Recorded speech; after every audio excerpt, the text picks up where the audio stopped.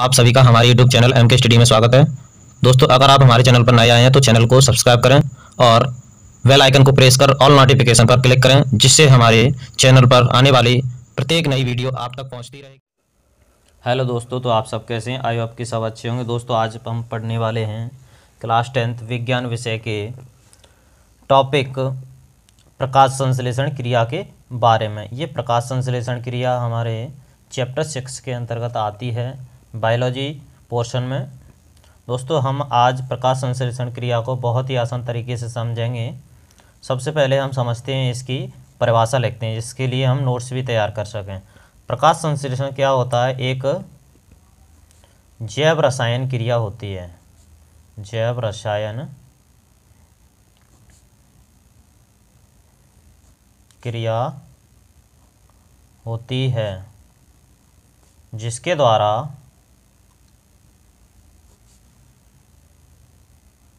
हरे पौधे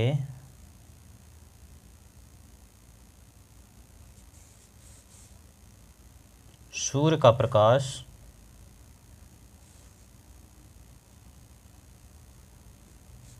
तथा क्लोरोफिल की उपस्थिति में CO2 या कार्बन डाइऑक्साइड कह सकते हैं इसे हम, तथा जल को कच्ची सामग्री के रूप में लेकर भोजन स्वयं बनाते हैं।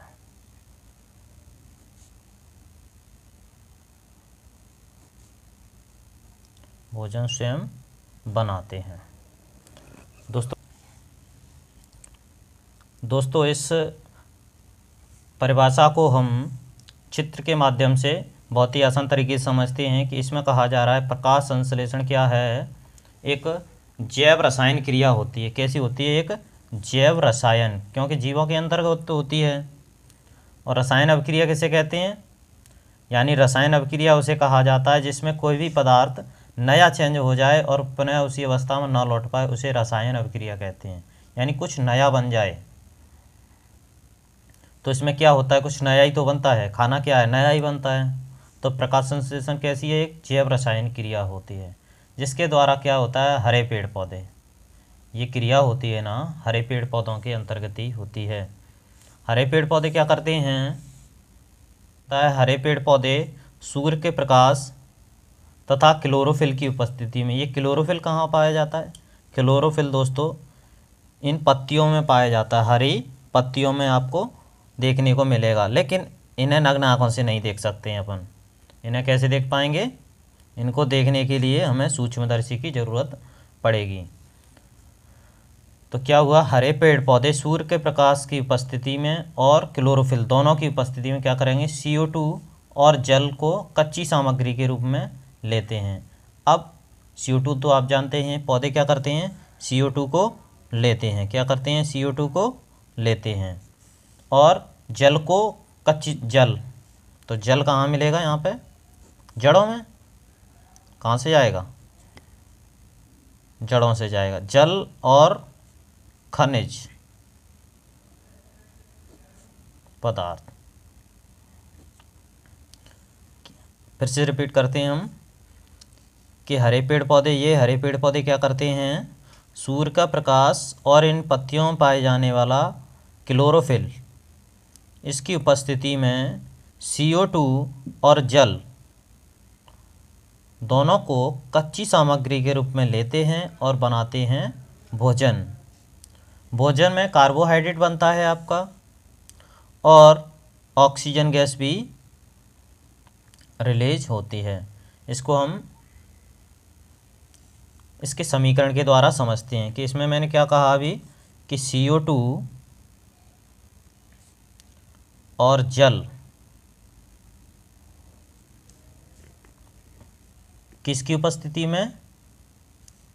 यहाँ पर लिख सकते हैं हम सूर्य का प्रकाश, सूर्य का प्रकाश जैसा कि परिभाषा में दिया गया है वही हम इस समीकरण में लिखेंगे। और लिखा है क्लोरोफिल, क्लोरोफिल इन दोनों की उपस्थिति में क्या बनाएंगे, कार्बोहाइड्रेट का निर्माण करते हैं, C6H12O6। और क्या बताया था मैंने, ऑक्सीजन गैस भी रिलीज होगी, ऑक्सीजन गैस भी रिलीज होगी। इसके साथ साथ वाटर भी रिलीज होता है। दोस्तों यहाँ पर हम देख रहे हैं कि समीकरण को जैसे हमने बोला है वो सही लिखा है, लेकिन इसको अभी बैलेंस नहीं किया गया है। तो बैलेंस करने के लिए क्या करना होगा हमें, मैं लिख देता हूँ, डिटेल में इसको समझाऊंगा तो इसके लिए अलग से वीडियो बनाना पड़ेगा। तो मैं बता देता हूँ आपको कि इसमें 6 यानी 6 कार्बन डाइऑक्साइड ली जाएंगी और 12 जल या H2 लिए जाएंगे। इससे आपका बनेगा, इधर भी हमें ऐसे ही करना होगा, इधर हमें 6O2 लिए जाएंगे और 6 ही H2 लिए जाएंगे। चलो मैं एक बार आपको काउंट करके बता देता हूँ। यहाँ पे 6 कार्बन है, यहाँ पर भी 6 कार्बन है। जैसा कि मैंने पिछली वीडियो में बताया था कि बैलेंस करने के लिए क्या होता है, द्रव्यमान संरक्षण नियम का उपयोग करना होता है। द्रव्यमान संरक्षण नियम क्या कहता है कि जो अभिकारक हैं ना लेफ्ट साइड में जो लिए गए हैं वो सब अभिकारक कहलाते हैं, और जो बनता है जो राइट साइड में लिखा जाता है वो उत्पाद कहलाते हैं। लेफ्ट साइड वाले अभिकारक और राइट साइड वाले उत्पाद, इन दोनों में जो कुछ भी लिया जाएगा वो समान होना चाहिए, ये द्रव्यमान संरक्षण नियम कहता है। तो यहाँ पर वही हम नियम लागू करेंगे तब समीकरण को सही कर पाएंगे। यहाँ पर 6 कार्बन हो गया, यहाँ पर भी 6 कार्बन है, बराबर है। इसके बाद ऑक्सीजन कितना है, यहाँ पर 2 है, 2 का गुणा 6 से करेंगे तो 12 ऑक्सीजन हो गई। 12 ऑक्सीजन हमें कहाँ देखने को मिल रही हैं, ये रही 12 ऑक्सीजन है, क्लियर है जी। इसके बाद इधर आते हैं हम, H2 कितना है, हाइड्रोजन कितना है, 12 का 2 से गुणा करेंगे 24 के लिए यहाँ पे हम देख रहे हैं कि 12 जे रहे हाइड्रोजन और 12 हाइड्रोजन जे रहे। इसके बाद देख रहे हैं हम 12 ऑक्सीजन, क्योंकि इसका गुणा इसके साथ भी किया जाएगा, ऑक्सीजन के साथ भी, तो 12 ऑक्सीजन हो गई। 12 ऑक्सीजन और कहाँ मिल रही हैं हमें देखने को, 6 ये रहीं और 6 ये रहीं। दोस्तों ये हमारा जो समीकरण है ना प्रकाश संश्लेषण क्रिया का, वो एकदम सही है, हमने बिल्कुल सही बनाया है। दोस्तों इमेजिन करो कि अगर हमारे अंदर ये क्लोरोफिल होता, अगर हमारे अंदर भी ये क्लोरोफिल होता तो क्या ज़रूरत थी हमें ये अच्छे अच्छे स्वाद देखने की, क्या ज़रूरत थी हमें चाउमीन पिज्ज़ा बर्गर ये सब खाने की। हम भी धूप में बैठ सकते थे थोड़ी देर और चार्ज हो जाते, यानी खाना उस समय बना लेते, लेकिन ऐसा हमारे अंदर कुछ भी नहीं है। हम एक तरह से दूसरों पर डिपेंड रहते हैं। प्रकाश संश्लेषण की क्रिया अब हम देखेंगे कि किस किस में होती है। जैसा कि आपने पढ़ा होगा कि पत्तियों में प्रकाश संश्लेषण की क्रिया होती है। पत्तियों को किचन कहा जाता है, यानी रसोई घर कहा जाता है पौधे का, इसी में खाना बनता है। तो मैं बता दूं दोस्तों कि जो प्रकाश संश्लेषण की क्रिया होती है वो पत्ती और तना दोनों में होती है, पत्ती और तना दोनों में। कैसे दोस्तों, जैसा कि पत्ती का तो हम सभी को पता है कि पत्तियों में होती जनरली, लेकिन तने का कब होता है, जब पतझड़ हो जाता है तो उस टाइम पे क्या होता है, पत्तियां नहीं होती हैं, उस टाइम पर नई जो पत्तियां आती हैं वो किस तरह आती हैं, भोजन बनेगा तभी आएंगी। तो उस टाइम पे जो तना होता है ना वो भोजन बनाता है, वैसे भी बनाता है। अगर आप किसी पेड़ की जो छाल को थोड़ा सा छीलेंगे तो उसमें आपको हरा रंग दिखाई देगा, तो वो भी प्रकाश संश्लेषण क्रिया का काम करता है। ये तो दोस्तों आप समझ गए होंगे कि पत्ती और तना दोनों ही प्रकाश संश्लेषण क्रिया का काम करते हैं। जैसा कि दोस्तों आपने देखा कि ये किसकी उपस्थिति में हो रही थी क्रिया, सूर्य के प्रकाश की उपस्थिति, इसके लिए सूर्य का प्रकाश बहुत ज़रूरी था। तो इसमें दोनों चीज़ों की ज़रूरत होती है, क्या, सूर्य के प्रकाश यानी धूप की ज़रूरत और प्रकाश। लेकिन धूप और प्रकाश में थोड़ा अंतर भी होता है। धूप किसे चाहिए होती है? धूप उन पौधों को चाहिए होती है जो घर के बाहर लगाए जाते हैं। घर के बाहर लगाए जाते हैं, जो घर के बाहर लगाए जाते हैं पौधे, उनको धूप ज़्यादा चाहिए होती है। यानी उसे कह सकते हैं हम आउटर या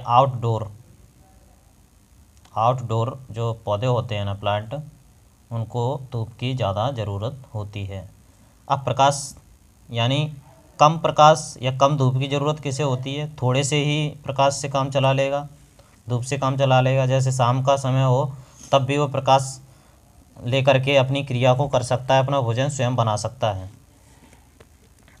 तो उसके लिए जो घर के अंदर रखे जाते हैं, आप घर के अंदर जो छोटे पेड़ होते हैं, डेकोरेटिव प्लांट देखना आप, फूल वाले भी पौधे होते हैं, यार इंडोर कह सकते हैं, इंडोर प्लांट, इनको क्या होता है? प्रकाश बहुत कम मात्रा में, यानी इनको सिर्फ 2% प्रकाश की ज़रूरत होती है। क्वेश्चन आता है कि प्रकाश संश्लेषण की क्रिया के लिए कितना प्रतिशत प्रकाश या धूप की ज़रूरत होती है? तो उसमें आप आंसर लिखोगे कि इसके लिए ज़रूरत होती है 5 से 10% प्रकाश की ज़रूरत। लेकिन जो इंडोर होते हैं उनको सिर्फ 2% ही ज़रूरत होती है, ना के बराबर में काम चला लेते हैं, अपना खाना बना लेते हैं। इस क्रिया में हमने देखा कि क्या क्या घटना हुई, घटना भी हमें देखना होगा कि किससे क्या चीज़ बनी थी। इसमें देख रहे थे हम दोस्तों कि जल का क्या हुआ था? अपघटन हुआ। अपघटन होने के बाद क्या बना? ऑक्सीजन बनी। जल का अपघटन हुआ यानी जल टूटा, टूटने के बाद क्या हुआ? ऑक्सीजन बनी। और CO2 से क्या बना था? कार्बोहाइड्रेट बना था। तो इसमें दो क्रिया हुई, CO2 से कार्बोहाइड्रेट बना और H2O से क्या बना? ऑक्सीजन बनी। इसके बाद दोस्तों हम देखेंगे कि प्रकाश संश्लेषण की जो क्रिया होती है, क्वेश्चन आता है कि प्रकाश संश्लेषण की जो क्रिया होती है वो किस रंग में सबसे ज़्यादा होती है? तो प्रकाश संश्लेषण की क्रिया अगर रंग की बात की जाए तो सबसे ज़्यादा लाल रंग में होती है। दोस्तों भले ही पत्तियों का रंग हरा होता है, लेकिन हरा रंग हमें नहीं लगाना है, यहाँ पर हम लगाएंगे लाल रंग। इसके बाद होती है तो नीले रंग में होती है, और इसके बाद देखा जाए तो लास्ट में बैंगनी रंग में। इसमें हरा रंग तो बिल्कुल आता ही नहीं है। इन होती है वो सबसे ज़्यादा लाल रंग में होती है, और उसके बाद नीले रंग में, उसके बाद बैंगनी रंग में, अदर में नहीं होती। किसमें? अदर में नहीं होती है। इसके बाद दोस्तों हम देख रहे हैं कि जो पत्तियों को खाना बनाने में जो हेल्पफुल रहा था क्या? क्लोरोफिल। वो क्लोरोफिल पाया कहाँ जाता है? क्लोरोफिल पाया जाता है क्लोरोप्लास्ट के अंतर्गत। देखिएगा इस दूसरे डायग्राम को हम देख रहे होंगे तो इसमें एक पत्ती बनी है और पत्ती में छोटे छोटे स्पॉट हमें दिखाई दे रहे हैं। इसको मैंने क्या किया है? डायग्रामिक रूप में लिया है, इसका मैंने डायग्राम बनाया है। ये आपको माइक्रोस्कोप में दिखेगा, ये मैं यहाँ पर दिखा रहा हूँ आपको, लेकिन इसको अगर देख पाओगे तो आप माइक्रोस्कोप के द्वारा देख पाओगे। दोस्तों ये जो क्लोरोप्लास्ट होता है, इसे हरितलवक कहा जाता है, वो द्विस्तरीय होता है। क्लोरोफिल क्या होता है? द्विस्तरीय संरचना होती है। दो स्तरीय की इसमें यानी 2 लेयर पाई जाती हैं। इसके अंदर आपको एक फ्लूइड भरा हुआ दिखाई देगा, द्रव भरा हुआ है, जिसको हम स्ट्रोमा कह रहे हैं। इसके बाद आपको ये छल्लेनुमा संरचना दिखाई दे रही हैं, इनकी संख्या कितनी है? 2 है। छल्लेनुमा संरचना दिखाई दे रही है, ये सब छल्लेनुमा संरचना आपको जो दिखाई दे रही है ना, इनको क्या कहा जाता है? ग्रेना कहा जाता है। क्या कहा जाता है? ग्रेना। और ग्रेना की संख्या इसमें 2 है। बाकी आपको ये छल्लेनुमा संरचना दिखाई दे रही होंगी, इनको क्या कहा जाता है? ये पूरी जो छल्लेनुमा संरचना एक साथ दिखाई दे रहा है ग्रुप में, उसे तो हमने ग्रेना कह दिया। अब प्रत्येक प्लेट जैसी जो छल्लेनुमा संरचना है, एक प्लेट को क्या कहा जाता है? एक प्लेट को कहा जाता है थाइलेकॉइड। थाइलेकॉइड क्या कहा जाता है? थाइलेकॉइड कहा जाता है। एक प्लेट को क्या कहा जाता है? थाइलेकॉइड कहा जाता है। इसके बाद आपको इसमें पॉइंट से दिखाई दे रहे हों, बिंदुएं दिखाई दे रही होंगी, इन प्लेट जैसे आकार हैं इनमें, तो इनको क्या कहा जाता है? इनको कहा जाता है क्लोरोफिल। दोस्तों देखा आपने कि क्लोरोफिल कहाँ में पाया जाता है? क्लोरोफिल क्लोरोप्लास्ट के अंतर्गत मिलता है। अब क्लोरोफिल के अंदर क्या पाया जाता है? क्लोरोफिल के अंदर पाया जाता है मैग्नीशियम, Mg। तो क्वेश्चन आता है कि मैग्नीशियम कहाँ पाया जाता है? क्लोरोफिल के अंदर पाया जाता है। प्रकाश संश्लेषण की क्रिया 2 स्टेप में पूरी होती है। फर्स्ट स्टेप जो होता है, या सबसे पहले जो क्रिया होती है, वो ग्रेना में होती है। किस में होती है? सबसे पहले प्रकाश संश्लेषण क्रिया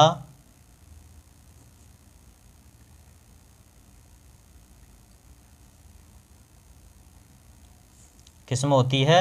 ग्रेना में होती है। दोस्तों याद रखना, सबसे पहले जो प्रकाश संश्लेषण की क्रिया होती है वो ग्रेना में होती है। इसके बाद यानी फर्स्ट स्टेप कह सकते हैं इसको, फर्स्ट स्टेप कह सकते हैं। सेकंड स्टेप जो होता है, यानी फर्स्ट स्टेप इन सबसे पहले जो प्रकाश संश्लेषण की क्रिया होती है, फोटोसिंथेसिस होती है ना, वो ग्रेना में होती है। फर्स्ट स्टेप इसका क्या होता है कि सबसे पहले जो क्रिया हुई वो ग्रेना में होती है। इसके अंतर्गत होती है इनमें जो छल्लेनुमा आपको संरचना दिख रही है उनमें। इसके बाद जो दूसरा स्टेप होता है सेकंड वाला, वो किस में होता है? इन जो लिक्विड भरा हुआ है, या कह सकते हैं हम स्ट्रोमा में। तो सेकंड स्टेप इसमें होता है दूसरी बार किस में होता है? स्ट्रोमा। इस तरह से ये प्रकाश संश्लेषण क्रिया कंप्लीट होती है। पहले यानी सबसे पहले जो फर्स्ट क्रिया होती है ना, वो ग्रेना में होती है। किसके अंतर्गत? इनके अंतर्गत। और दूसरी जो क्रिया होती है वो इस लिक्विड में होती है, यानी फ्लूइड जो भरा है स्ट्रोमा, उसके अंदर होती है। जो सबसे पहले जो क्रिया होती है प्रकाश संश्लेषण की, उसे हम हिल रिएक्शन कहते हैं। हिल रिएक्शन कहते हैं। क्या कहते हैं दोस्तों? ग्रेना में जो प्रकाश संश्लेषण की क्रिया होती है सबसे पहले, उसे हिल रिएक्शन कहा जाता है। हिल रिएक्शन। इसके बाद दोस्तों आपको दिखाई दे रहा होगा कि दूसरी जो मैंने क्रिया बताई, दूसरी बार सेकंड स्टेप जो कंप्लीट होता है वो किसके अंतर होता है? स्ट्रोमा में। स्ट्रोमा में होता है, उसे हम डार्क रिएक्शन कहते हैं। क्या कहते हैं? डार्क रिएक्शन कहते हैं। दोस्तों याद रखिएगा, सबसे पहले क्रिया ग्रेना में होती है जिसे हिल रिएक्शन कहा जाता है। जो दूसरा स्टेप होता है वो स्ट्रोमा में होता है जिसे डार्क रिएक्शन कहा जाता है।